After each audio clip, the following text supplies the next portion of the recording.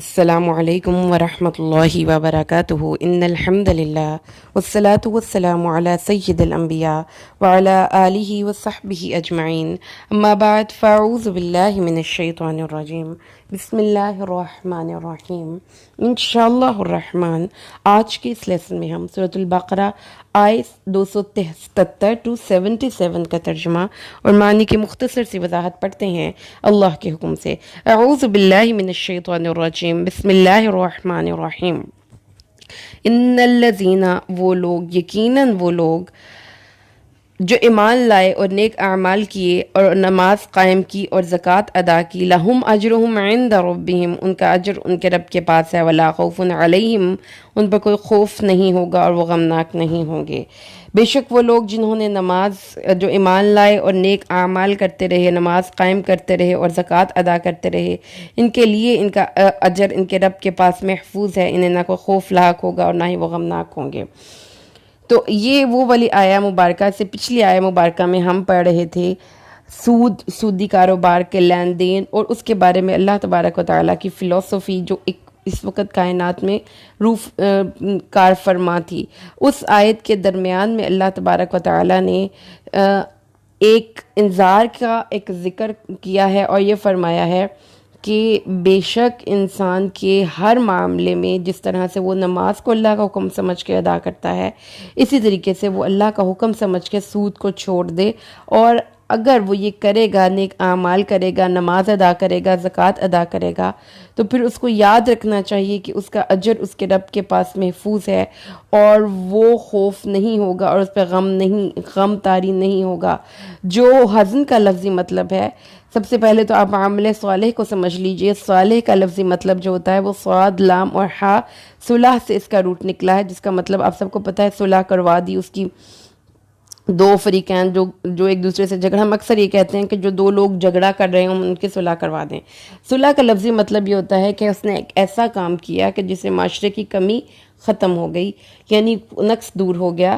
اور حسن کا راز بھی یہی ہے کہ ہم وہ کام کریں جس میں کہ بیلنس ہو، اس لیے صلح اس کام کو کہتے ہیں کہ ایک طرف جو تھا دونوں فریقین میں نیگیٹیوٹی تھی، تو آپ نے وہ بیلنس جو آؤٹ ہو رہا تھا وہ آپ صحیح کروا دیا، آپ نے صلح کروا دیا، آپ نے معاملات کو درست کر دیا۔ یعنی اس کا ایک مطلب یہ بھی ہے، سورہ اعراف میں صحیح اور سالم اور تندرست بچے کے لیے صلح کا لفظ آیا ہے، تو اگر عمل کے ساتھ صلح کا لفظ آیا تو اس کا مطلب یہ ہے کہ صحیح، سالم اور تندرست عمل کرو گے، جس میں نیت بھی آ جاتی ہے، جس میں انٹینشنز بھی آ جاتی ہیں، اس میں طریقہ کار بھی آ جاتا ہے، تو لفظ جامعہ ہو گیا۔ کہ ہم کہتے ہیں نیک اعمال کو اگر آپ صلح کے لفظ کو سمجھتے ہیں تو اس میں آ گیا کہ وہ جو بیلنس میں کام ہو، وہ جو بالکل صحیح اور سالم ہو، وہ جو کہ تندرست ہو، اور وہ جو ہر لحاظ سے مناسب اور درست ہو۔ تو اس لیے وہ عمل جو کہ ہر ایک مناسب لحاظ سے ہوگا وہ اگر آپ کریں گے، تو لہٰذا یہ ایک ورڈ جامعہ ہو گیا۔ نماز اور زکوٰۃ ایک آپ کی بدنی اور مالی عبادات ہیں۔ جب آپ ان عبادات کے بعد پریکٹیکل لائف میں آئیں گے تو پھر اس وقت آپ نے اپنے اعمال کی اصلاح اس طریقے سے کرنی ہے کہ آپ کا عمل ہر لحاظ سے بہترین ہو، آپ کا عمل ہر لحاظ سے بہترین ہو۔ لہٰذا پھر یہ جو لفظ عامل الصالحات ہے، یہ آپ کی زندگی کے ہر پہلو کا احاطہ کرتا ہے، ہر پہلو کو کور کرتا ہے۔ وہ آپ کی گفتگو ہے، وہ آپ کی معاشرت ہے، وہ آپ کی معیشت ہے، وہ آپ کی اپنی آئلی زندگی ہے، وہ آپ کی ایک معاشرے میں دوسروں کے ساتھ تعلق والی زندگی ہے۔ مطلب ہر ایک چیز کو یہ لفظ اپنی وسعت کی وجہ سے کور کر جاتا ہے۔ تو اللہ تعالیٰ نے فرمایا ہے کہ وہ لوگ جو ایمان لائیں، ٹھیک ہے، تو پہلی شرط کیا ہوئی؟ کامیابی کے لیے اور حزن و ملال سے بچنے کے لیے کہ ایمان لائیں، اور پھر اپنی طرف سے دیکھیں ہر انسان کی کوشش ایک خاص حد تک ہے، کیونکہ انسان ہے، انسانوں کی ہر کوشش میں ایک حد ہے۔ تو جو آپ کی حد تھی، آپ نے اپنی رائٹ انٹینشنز کو صحیح کر کے اپنی آخری حد تک کام کیا۔ ضروری نہیں تھا کہ آپ کی اس حد سے وہ بیلنس جو بہت زیادہ آؤٹ ہو رہا تھا معاشرے کا وہ صحیح ہو جاتا، لیکن چونکہ آپ نے خلوص نیت سے کوشش کی، لہٰذا آپ کو آپ کی کوشش کا اجر ملے گا۔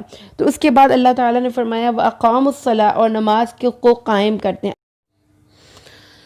اقامہ کا جو روٹ ہے وہ ہے قا الف میم اور یا قاف واو میم، قیامن کھڑا ہونا، متوازن ہونا، کسی معاملے کا اعتدال اور توازن پر ہونا، محکم اور استوار ہونا، ثابت اور دائم رہنا، کسی کام کو ہمیشہ کرتے رہنا، کسی جگہ پر ٹھہر جانا، درست اقامہ، اس نے اس کو درست کر کے سیدھا کھڑا کر دیا،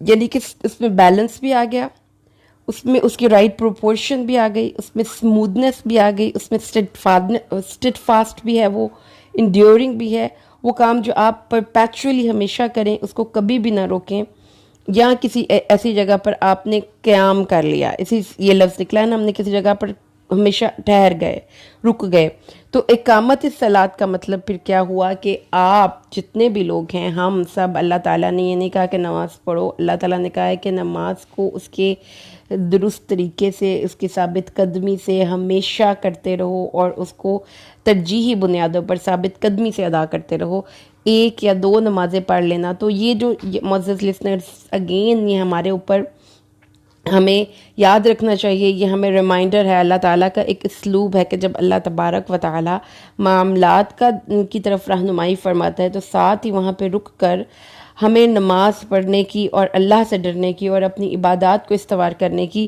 بہت زیادہ فوقیت اور اہمیت دیتا ہے۔ وجہ اس کی یہ ہے کہ نماز انسان کا اللہ سے وہ کنیکشن جوڑتی ہے، نماز وہ ٹاور سے ہمارا کنیکشن ہے کہ جب ہمیں سگنل آئیں گے تو پھر ہمیں اس کام کو کرنے کے لیے جو ایک انٹرنل اور ایکسٹرنل فورسز ہمیں منع کر رہی ہیں، جو نیگیٹو فورسز ہر وقت ہمارے ساتھ ہیں، ایک نیگیٹو فورس ہمارے اندر سے اور ایک نیگیٹو فورس باہر سے، وہ ان کو کیٹر کرنا، ان کو ڈیل کرنا ہمارے لیے آسان ہو جائے گا جب ہم نماز کے راستے میں کی طرف چلیں گے۔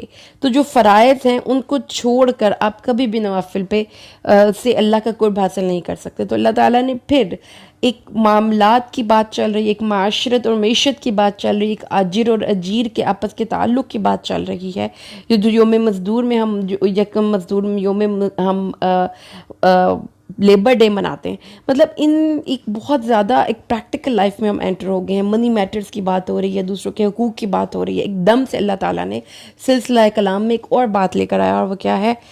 Wait for moment. آپ کو اس کام کو کرنے کے لیے اسٹرینتھ چاہیے تو پھر وہ آپ کو نماز سے ملے گی، اور یو نیڈ ٹو سے یور پریئر اقامہ، مطلب ہم لوگ اردو کی ٹرانسلیشن کبھی بھی عربی ورڈز کو سبسٹیچیوٹ نہیں کر سکتی، کیونکہ ایک تو ورڈ کا میننگ ہی نہیں، وہ اتنا جامع لفظ ہے اقامہ، جس میں ہر چیز آ جاتی ہے، اس میں اسٹیبلٹی بھی آ جاتی ہے، اس میں دوام بھی آ جاتا ہے، اس میں پرپیچویشن بھی آ جاتے ہیں، مطلب آپ نے وہ کام ایک دن دو دن نہیں کرنا، that is a regrowing process ہے، اور یہ ڈیلی بیس پہ ہوگا۔ آپ کا اللہ سے تعلق، مطلب جیسے موبائل کی بیٹری ہے، وہ ڈاؤن ہوتی ہے تو آپ کو پھر سے اس کو چارج کرنا پڑتا ہے، آپ نے ایک دفعہ خوراک کھائی، it's not enough, you need to you take your meals right after 4 or 5 hours۔ In the same way آپ کو اپنی روح کو غذا دینے کے لیے نماز پہ فوکس کرنا ہے۔ تو پھر اس کے بعد کیا ہوگا؟ یہ عدل و استحکام ہے، یہ وہ چیز ہے جس میں اللہ تعالیٰ نے فرمایا توازن کرو، یہ نہ کرو کہ نماز کو ہمیشہ اور ترجیحی بنیادوں پر ادا کرو، اور زکوٰۃ کی ادائیگی کرتے رہو، کیونکہ زکوٰۃ وہ ایک منیمم، بیئر منیمم ہے جو کہ آپ نے دینا ہی دینا ہے، اس سے کم تو آپ کا پھر مال ہی ناپاک ہو جائے گا۔ دیکھیں، ہم اگر میں مطلب آپ کو اپنی پریکٹیکل لائف سے اگزامپل دیتی ہوں، جب ہم کوئی پھل لے کر آتے ہیں، جیسا کہ ہم تربوز لاتے ہیں یا ہم آم لاتے ہیں، تو ہم اس کی گٹھلیاں اور اس کے چھلکے بھی اصل پھل کی قیمت پر لے کر آتے ہیں۔ جب آپ گھر لا کر اس کو کاٹتے ہیں تو میرا خیال ہے کہ آدھا ہم کھاتے ہیں اور آدھا ہم ویسٹ کر دیتے ہیں، لیکن ہم نے وہ چھلکے اور گٹھلیاں سنبھال کے نہیں رکھتے کہ بھئی ہم نے تو اس کو پھل کی قیمت پہ لیا تھا، تو یہ تو بہت قیمتی ہیں۔ تو ہم اپنی لائف میں اتنا آدھا ضائع کر رہے ہیں، اپنا وقت بھی ضائع کر رہے ہیں، اپنے مال میں سے جو بھی آپ پرچیز کرتے ہیں آپ 100% اس کو یوٹیلائز نہیں کرتے۔ آپ کے مال، آپ نے پیسے لگائے، تربوز لیا، چھلکا شاید زیادہ، اگر آپ تولیں بعد میں اس کو کاٹ کر تو چھلکا شاید زیادہ بھاری نکل آئے، تو جو آپ نے کھایا وہ کم، جو پھینکا وہ زیادہ۔ بادام کو دیکھ لیجئے، اخروٹ کو دیکھ لیجئے۔ تو اللہ تعالیٰ ہم سے ڈیمانڈ کیا کر رہا ہے؟ اتنے مال میں سے صرف ایک 2.5 روپے، 100 روپے کے پیچھے ایک صرف 2.5 روپے مجھے دے دو، تمہارا سارا مال پاک کر دوں گا۔ تو یہ زکوٰۃ کی ادائیگی، اللہ تعالیٰ نے اس کانسیپٹ کو سمجھایا ہے کہ بیسیکلی نیکی یہ نہیں ہے کہ آپ کیونکہ اللہ تعالیٰ نے ہمیں ایک فل پیکج دیا ہے. اگر آپ منی میٹرز میں بہت زیادہ اپنے آپ کو صحیح کرتے ہیں تو آپ کی نیکی نامکمل ہے جب تک آپ اللہ کے ساتھ اپنے تعلق کو مضبوط نہیں کرتے, اور یہ چیز آپ کو نماز سے ملے گی. اور پھر اس کے بعد جو وعدے یہاں پہ کیے گئے, بہت خوبصورت 2 وعدے کیے گئے. لا خوف علیہم ولا هم یحزنون.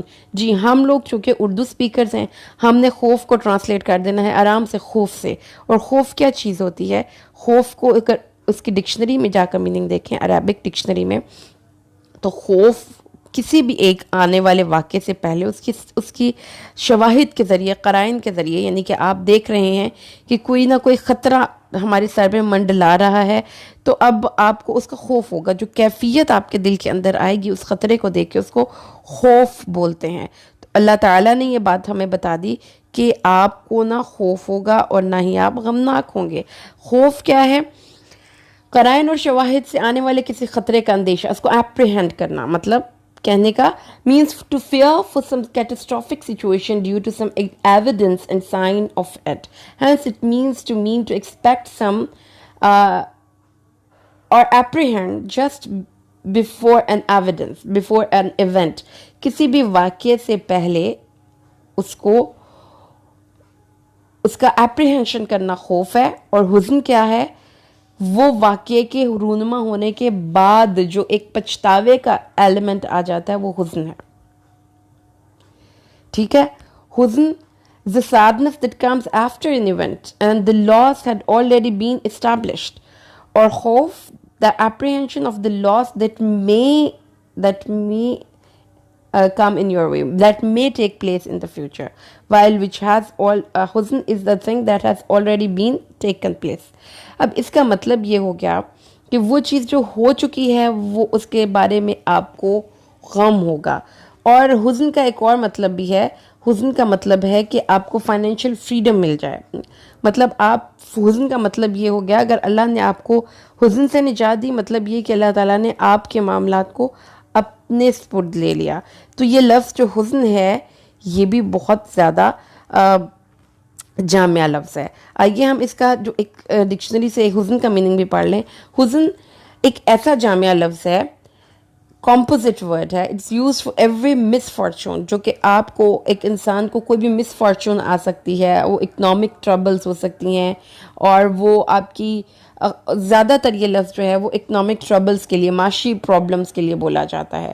لہٰذا اگر ہم یہ کہیں گے خزانۃ الرجل, تو اس کا مطلب یہ ہو گیا کہ وہ آدمی کو اپنے ارد گرد جو متعلقین ہیں ان کے اوپر, ان کے بارے میں یہ پریشانی ہے کہ وہ ان کو کس طریقے سے فائنینشلی چیزیں پرووائڈ کرے. تاج العروس میں لکھا ہے کہ جب سورۃ الفاتر میں ہم جنتی اللہ سے جا کر کہیں گے الحمدللہ الذی اذھب عنا الحزن, تو اس کا مطلب یہ ہے کہ اللہ کا شکر ہے جس نے ہمیں صبح اور شام کے کھانے کی فکر سے آزاد کر دیا. راغب یہ لکھتے ہیں کہ قرآن حکیم میں جہاں پر بھی یہ لفظ آ گیا لا تحزن, اس کا مطلب یہ ہے کہ یہ نہیں ہے کہ تم فکر نہ کرو, کیونکہ فکر پر تو انسان کا اختیار نہیں ہے. اس کا مقصد یہ ہے کہ اللہ تعالیٰ کے سپرد کر دو وہ معاملات جن سے حزن پیدا ہوتا ہے. اور خاص طور پہ اللہ تعالیٰ نے یہاں پر جو آپ کو وعدہ دیا ہے وہ معاشی فارغ البالی کا دیا ہے کہ فکر معاش سے پیدا ہونے والی پریشانی کو حزن کہتے ہیں. الحزن اس سخت پتھریلی زمین کو بھی کہتے ہیں جس کی ضد سہل ہے, یعنی شدت, سختی. اس مادے میں شدت, سختی اور کھردرے پن کا پہلو ہوتا ہے. تو اللہ تعالیٰ نے خوف اور حزن دونوں کو اکٹھا پیش کیا ہے. تو جب یہ دونوں الفاظ اکٹھے آتے ہیں تو اس کا مطلب یہ ہوتا ہے کہ اللہ تعالیٰ آپ کو آپ کی ماضی اور آپ کے مستقبل کو سیکیور کرنے کی آپ کو گارنٹی دے رہا ہے.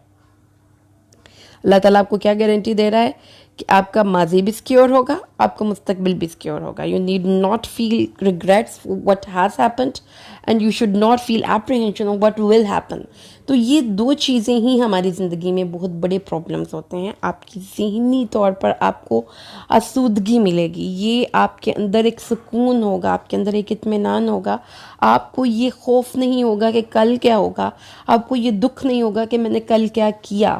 یہ ہے وہ وعدہ اللہ کا. دیکھیں کوئی بھی بڑے سے بڑا انسان آپ کو یہ وعدہ نہیں دے سکتا کہ آپ کو خوف اور غم سے نجات مل جائے گی.